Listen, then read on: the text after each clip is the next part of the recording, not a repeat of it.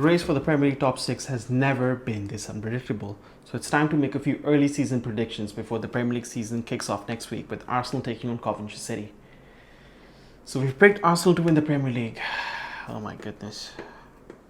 As a Chelsea fan, it's the most difficult prediction to make. However, we have some really good reasons behind this. Arsenal have the most settled squad. They have a manager who's been in charge of the club for more than 7 years.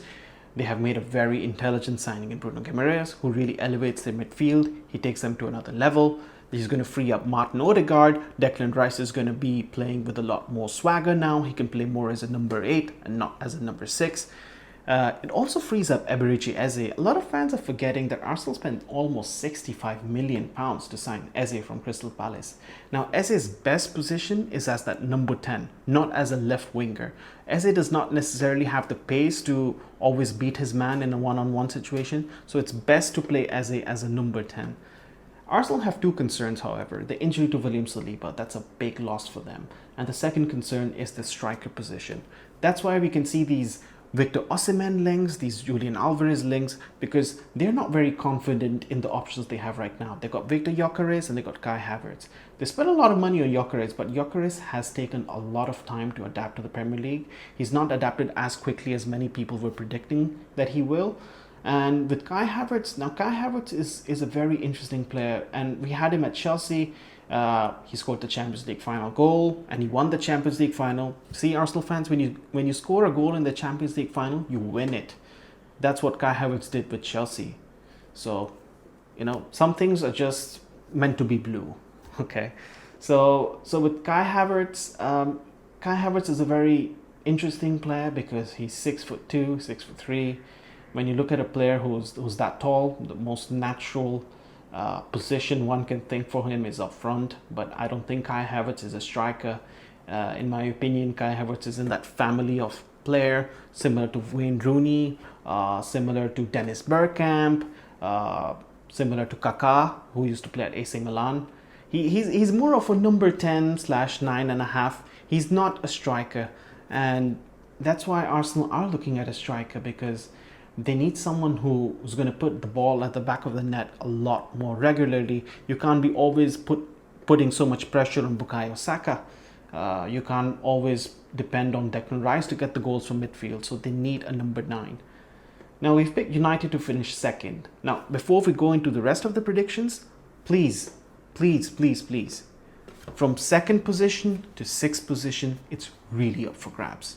It really is that simple. We've picked United right now because United have a little bit more stability in comparison to the rest of the clubs.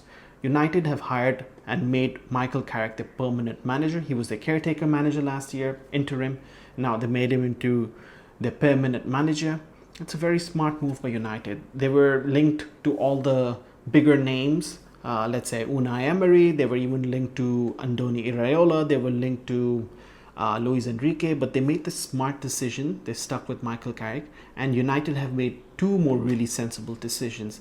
They signed Yuri Tielemans from Aston Villa for £35 million. That's a bargain of a deal. I think that is the best midfield signing any club is going to be making this summer. It's an excellent piece of business. And the second smart signing, it hurts me to say this, is Andre Santos from Chelsea. I'm a little surprised and I'm a little concerned that Chelsea let Andre Santos leave the club so easily. They earned a lot of money from him. They bought him for, I think, around £12 million, and they sold him for £48 to £50 million. So it's almost like a 4 times profit, right? They basically did a crypto sale with Andre Santos, but unfortunately the Premier League is not a crypto exchange market. So Andre Santos is a good player, and when you play Andre Santos with Yuri Tielemans, it gives Santos more time to grow, it gives him more time to mature. He's going to become a fantastic midfielder for United if they use him in the correct role, if they play him with the correct players. United have a few concerns, however. I think the biggest concern United have is that they don't have the ideal left-wing profile that a club of that stature should have. Now, when we talk about Manchester United, we talk about Cristiano Ronaldo, we talk about all these great left wingers who've played in the Premier League, and Ronaldo's up there. We talk about Ryan Giggs. Now, United don't have that killer on the left wing, which I think they should. Mateus Cunha is in that same family flair as Kai Havertz, as all those other players we discussed earlier. He's more of a number 10 slash 9.5. Don't want to see Cunha play on the left hand side. And another concern that United have is at centre back. I think they need a better partner next to Lisandro Martinez. Lisandro Martinez has a lot of injury concerns and a lot of injury issues. They need a more dominant partner next to Lisandro Martinez. That's another big missing player for United. Pick City finished third. With City, I know a lot of fans are not going to agree with me. City could finish sixth as well. Now, Pep Guardiola leaving the club is a big hole to fill. Those are big shoes to fill. Is Maresca necessarily up to it? We'll find out.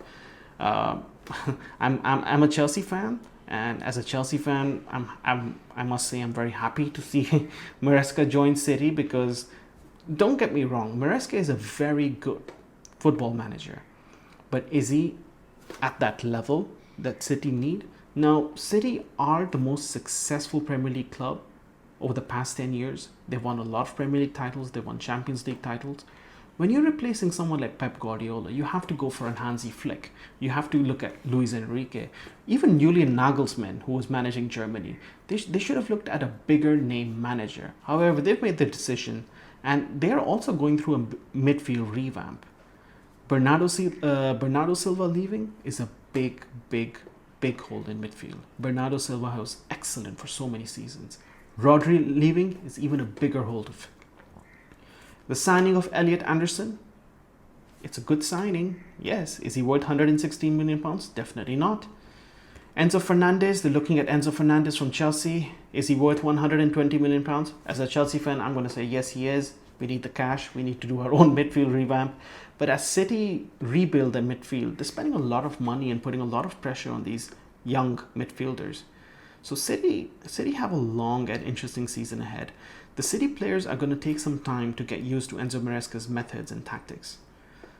Pick Chelsea to finish fourth. Been impressed with Chelsea's business. It's been smart. It's been expensive, of course. Morgan Rogers for 117 million pounds. It's a crazy deal. It's a very expensive signing. But if Xabi Alonso wanted the player, I'm so happy to see that the sporting directors have backed the manager. That's a very positive sign. The signing that really got me off my feet was the signing of Maxence Lacroix. Now, Lacroix is the ideal partner for Levi Colwill. Trevor Chalobah and Fofana are good centre backs, but I think we need to take things to another level, and Lacroix does that. The signing of Pep Chavaria, again backing the manager, good move from the sporting directors. The signing of two grandpas, Grandpa Henderson, Grandpa Welbeck, two very smart signings. They bring a lot of experience. They add a lot more composure to the dressing room. Chelsea got a lot of red cards last season, so they'll probably lower the tempers in some tense situations. Smart signings. But Chelsea now have to focus on outgoings. They have a little bit of a bloated squad. Chelsea are only going to be playing one game a week, so they need to make their squad as small as possible. 22 to 25 top quality players. We don't want to have 33 players, and we don't want to have dressing room issues like we did under Graham Potter. Liverpool and Tottenham Hotspur. Now where do we begin with these two clubs? We've picked Liverpool to finish 5th, and we've picked Spurs to finish 6th. Now we can talk about both these clubs together because they are in similar positions in my opinion. Liverpool sacking Arne Slot, was that the right decision? Most Liverpool fans would say yes. He wasn't getting the results and the style of play wasn't very inspiring, even after he won the Premier League in the first season, which was great. Arne Slot was sacked not just because of the style of play. I think people often forget that the pressure that clubs like Liverpool and Manchester United have, especially when it comes to bigger games and when it comes to Premier League title chases, Champions League games. If you look at some of the critical games that Slot and Liverpool didn't show up in, that really changed the whole scenario for the club. Now, if you look at the game against Aston Villa towards the end of the season, Liverpool lost 4-2 away at Villa. Now, if you look at Slot's remarks after the game, that wasn't very inspiring. Now they have hired Andoni Iraola. Iraola is a very interesting hire. Will Iraola take that step like Maresca is expected to take that step to the next level? Will he do it? Let's see. Let's find out. Iraola is a very good manager. He's a manager Chelsea looked at. He's got a different style of play. However, his remarks in the press conference, especially in the game after the loss against Monaco, that my players have only stamina for 30 minutes and not for 90 minutes, that is a little concerning. Reminds me a little bit of how Pochettino was struggling with Chelsea player fitness when he was appointed as a Chelsea manager. And Iraola is going to have a few struggles like that, a few struggles similar to that. Liverpool have a very good team, but Liverpool need to make changes in the middle of the park. Alexis McAllister and Ryan Gravenberch are very good midfielders, but do they fit the way that Iraola plays? No, they don't. So they need to look at signings in the middle of the park. Of course, they're looking at signings on the left wing or the right wing. They need the proper Luis Diaz and Mo Salah replacements, but middle of the park is extremely critical. Now with Tottenham Hotspur, this is a very, very, very interesting window that Tottenham Hotspur have been having. And as a Chelsea fan, it is an absolute nightmare for me to see Sandro Tonali and Matheus Fernandes line up together in a Roberto De Zerbi team. Spurs have looked very good in preseason. They beat Chelsea. I know it was a preseason game, but it's never ever good to lose against Tottenham Hotspur. They have a very interesting team. Very smart signings. Marcos Senesi from Bournemouth, smart signing. Andy Robertson on a free from Liverpool, smart signing, experienced player. Van Hecke from Brighton, £52 million. They overspent a little bit, but that's a good signing. Matheus Fernandes, Sandro Tonali, again overspent again, but smart signings. With Tottenham, I think Roberto De Zerbi having one game a week, similar to Xabi Alonso, he can really develop this team. He can really start this Tottenham Hotspur era of playing attractive football again, because Tottenham Hotspur over the past few seasons, it's been a crazy time for Spurs fans. They reached the Europa League final. They beat United, but they finished 17th that season. That's why Ange got sacked. Last season, they were just terrible. They were miserable. Thomas Frank came into the club. Everybody thought that he's going to bring a little bit more stability, but it just went out of control.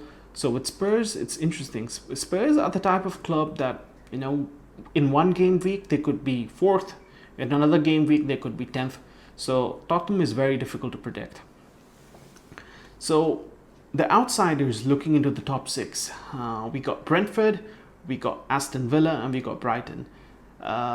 With Aston Villa, you kind of feel sad for them. They lost Yuri Tillemans, they lost Morgan Rogers, but they made a few very smart signings. I think Joao Gomez from Wolves is a smart signing. Manzambi, the Swiss player who was really good at the World Cup, is a very smart signing. The signing of Alejandro Garnacho, as a Chelsea fan, I'm very happy that Aston Villa are coming to our rescue. They're taking him away from us with an obligation to buy. That's good for Chelsea, but not so good for Villa. Uncle Unai Emery, big fan of him. I think he's a great manager. He'll be managing Champions League, Premier League, FA Cup, Carabao Cup. Let's see how he does it. It's going to be a big challenge, but Unai always rises to the challenge. Brentford, I think Brentford are one of the most stable clubs, not just in England, but in Europe. They always adapt. They lost Bryan Mbeumo to Manchester United. They lost Ivan Toney to Saudi club. They lost Yohan Wissa to Newcastle. They always adapt. Their manager, Keith Richards, he almost sounds like he's playing in a rock band. He's not supposed to be a football manager. Well, he is. But I think they did really well last season. A lot of surprise results. Could they push into the top 6? Maybe they could. And another club that never fails to surprise everyone is Brighton. Now, Brighton will always sign that one player, one South American player from probably Ecuador or Brazil, and sell him for £100 million to Chelsea. That's just how Brighton operate. And Brighton were very impressive last season. They finished in one of the European spots. They have a very exciting young German manager, and they could easily finish in the top 6. Brighton have a lot of firepower going forward. I really love Mitoma, the Japanese international. He's a fantastic player. I also like their other player on the right hand side, Minta, who is injured, but I think he's a fantastic player.